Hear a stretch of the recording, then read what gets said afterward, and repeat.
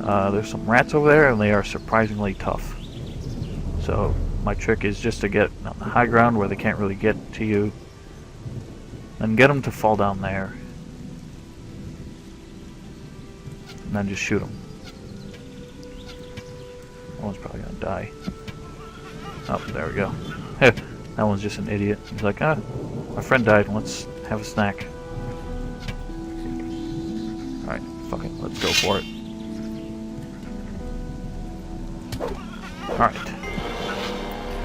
There's some minor loot to be had down here. A sword.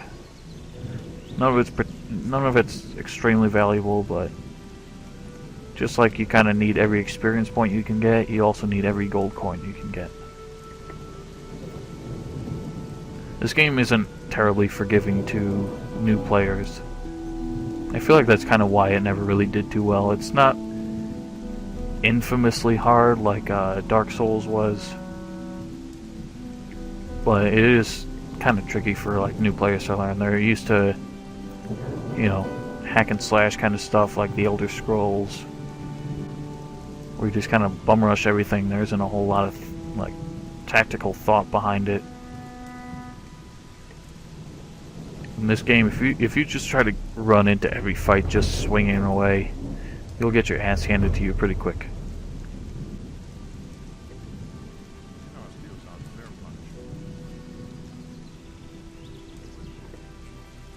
Take some mushrooms.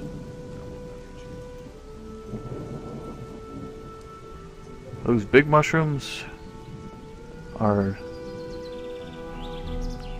good stuff. They give you like a pretty good health bonus, and they're not that hard to find. Anyway, we're gonna use Lester's trick to get in now. Halt! What is it? You aren't getting in here, my boy. Why not? Looking the way you do, you're sure to cause nothing but trouble here, boy. We got enough rabble in the city. We have no use for people without money. I'm bringing some herbs for Constantino, the alchemist. Really? Then you won't mind showing me what you brought. Looks good. All right, in you go. But don't cause any trouble. Understood? See, very simple. If you were in the farmer's clothes, he would ask you like, hey, are you one of Lobart's farm hands? And you'd be like, yep, just sharpening some tools. But since I gave the clothes to stranger, Greg, then I you can't am do that. Lothar, paladin of the king and humble servant of Innos, your lord. Our commander, Lord Hagen, has entrusted me. This guy's just kind of People have annoying. started simply vanishing all over this town. Notice Everyone here, needs to watch his out voice so they don't changed. Suffer the same fate. I'm not gonna listen to the rules because it's not really important, but I'm gonna continue that topic about missing citizens. The townspeople are simply disappearing? Yes, it seems to be more every day. It's most annoying that the militia have still not been able to discover what's behind these strange occurrences.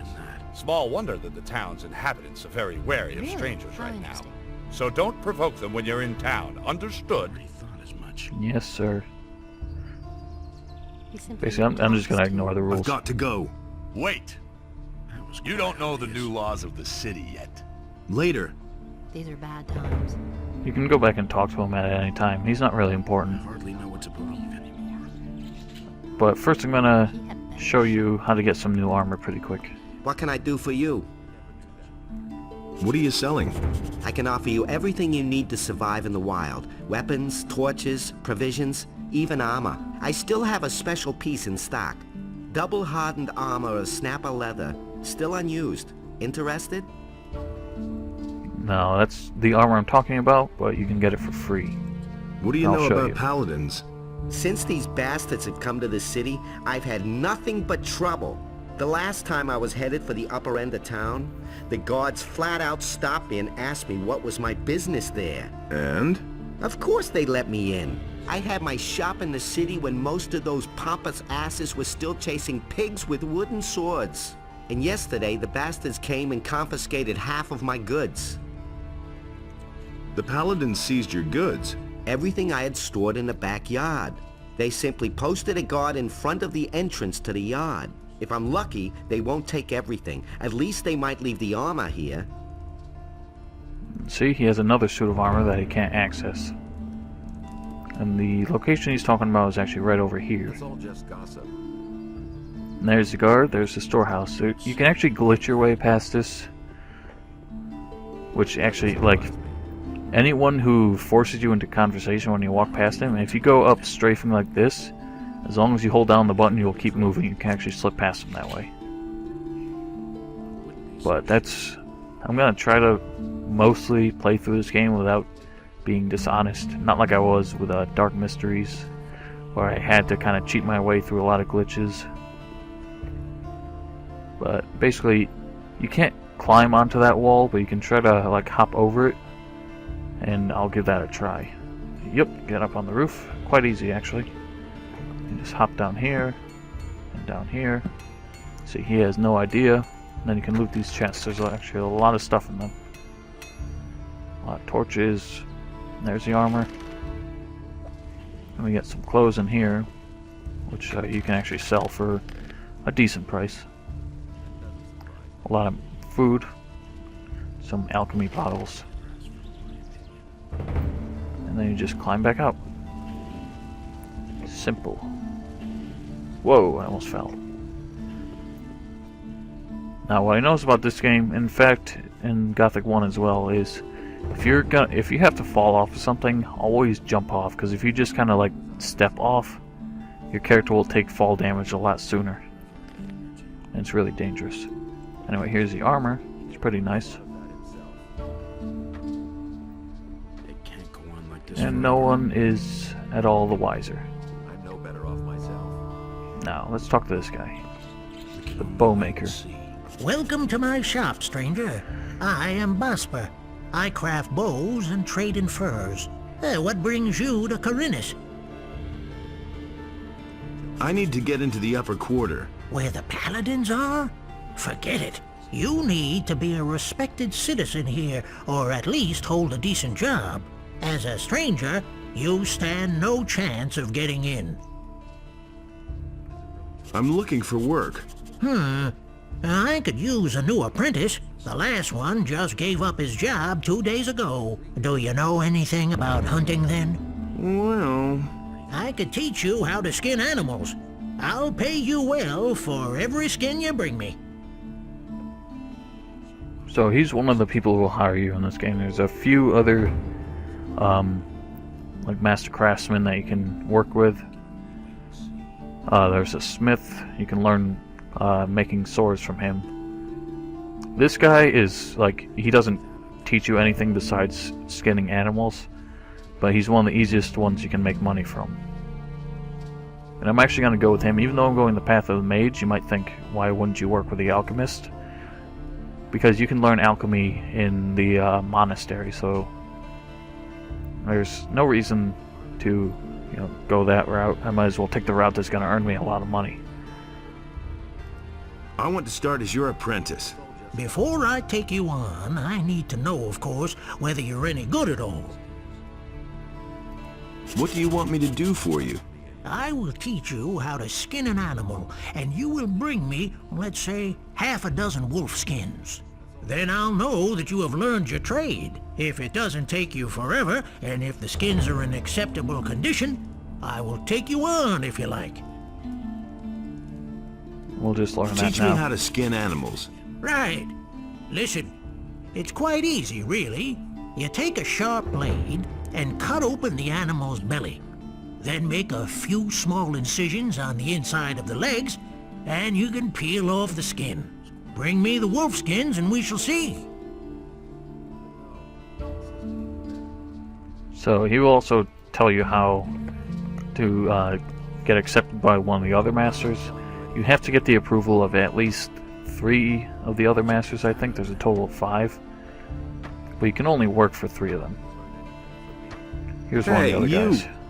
He's one of the ones you can't work for. You're not from Khorinis, are you? This is not a good time for travelers. Bandits everywhere, no work, and now the farmers have risen up too. What winds have blown you here? I'm looking for work. Do you know anything about carpentry? The only thing I can make out of wood is a fire. And what about locks? Well... I'm sorry, but I can't use you if you know nothing about my trade. And I have no money to pay for an apprentice. What if I want to start an apprenticeship with one of the other masters here? All right, I shall give you my approval. But you had better get yourself the blessing of the gods first. Say, are you a man of faith? Yes, a most humble servant, Master Thorben. Then go to Vatras, the priest of Adanos, and have him give you his blessing. He will tell you where you can find a priest of Innos. You should get his blessing too. Once you have received the blessing of the gods, I shall vote for you. Have you had an apprentice before? Yes, and not too long ago. And what happened? His name is Elvrich. He's my nephew. I was quite pleased with him, actually, but one day he simply didn't show up for work. Where is Elvrich now? How would I know? He kept hanging around that filthy brothel by the harbor. I wouldn't be surprised if he's still warming the bed of some whore down there. How long has it been since you saw him?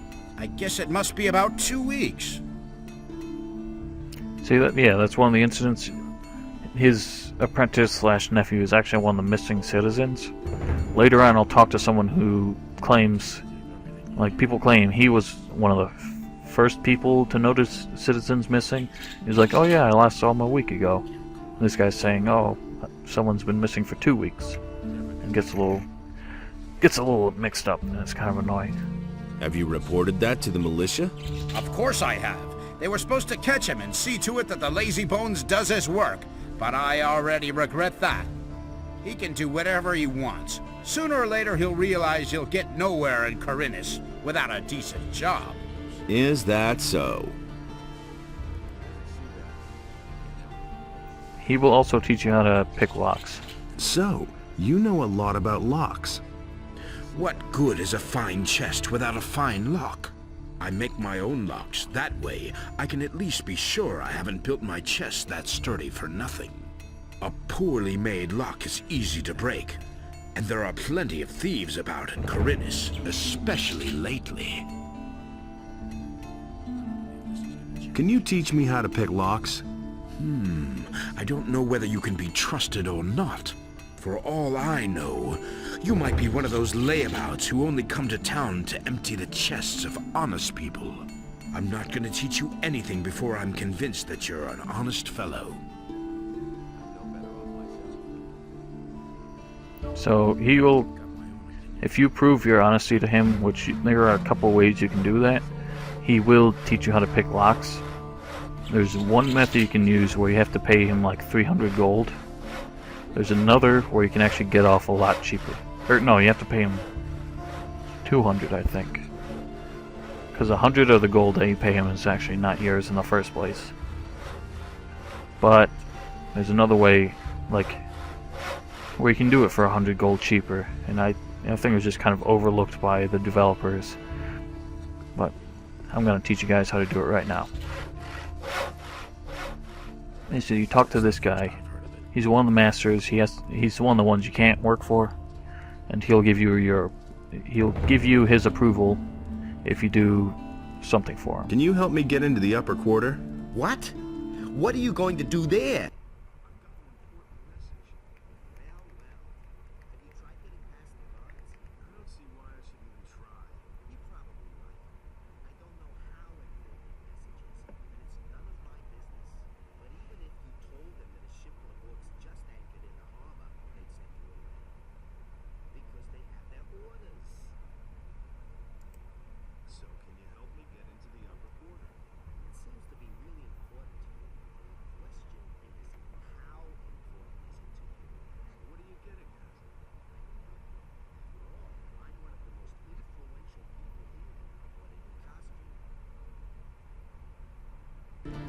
What are you asking for your help?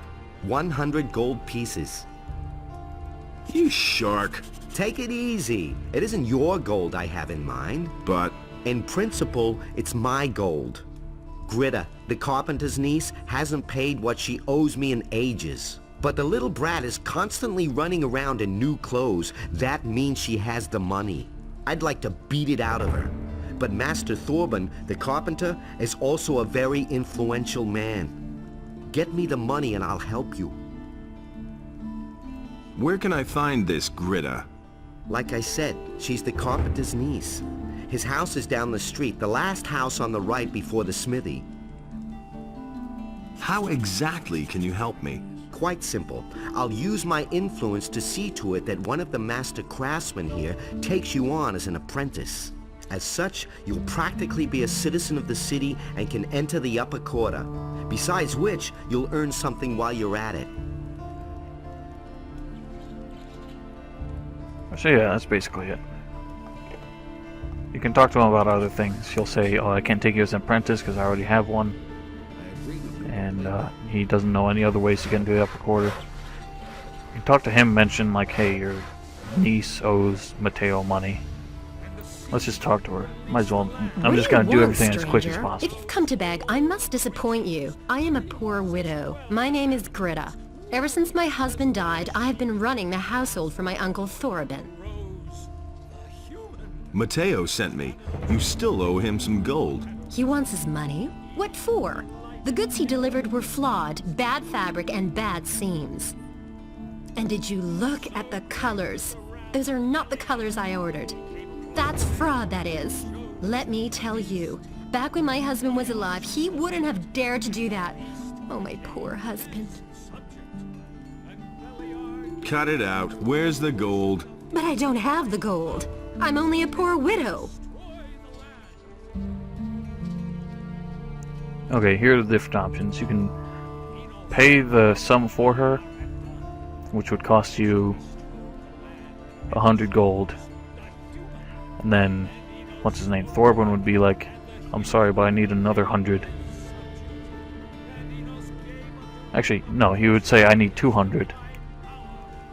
Or you can say, we'll have to sell your stuff, at which point she will give you the gold. If you turn it over to Thorben, he'll be like, thanks for that, but... And then you pay Matteo out of your own pocket. And then Thorben will be like, I am grateful for that, but I need another 100 gold before I teach you. So basically, you lose 200 by one method or 300 by another. And I'm going to show you the 200 method. Then we'll simply sell a few of your togs. I'm sure you've still got a bunch of stuff in your closet. How dare you, uncouth lout! All right, here, take the gold. See, that wasn't so hard. And now will you please leave my house? And then we just go over to Thorben. Listen to the wrong people. Hey, Actually, I hope I did this right. I've come about Gritta. My niece? What's your business with her? This isn't about money, is it? She owes 100 gold pieces to the merchant Matteo. Tell me this isn't true. Ever since that little piece of work moved in with me, I've had nothing but trouble. She's in debt with practically every single merchant in town.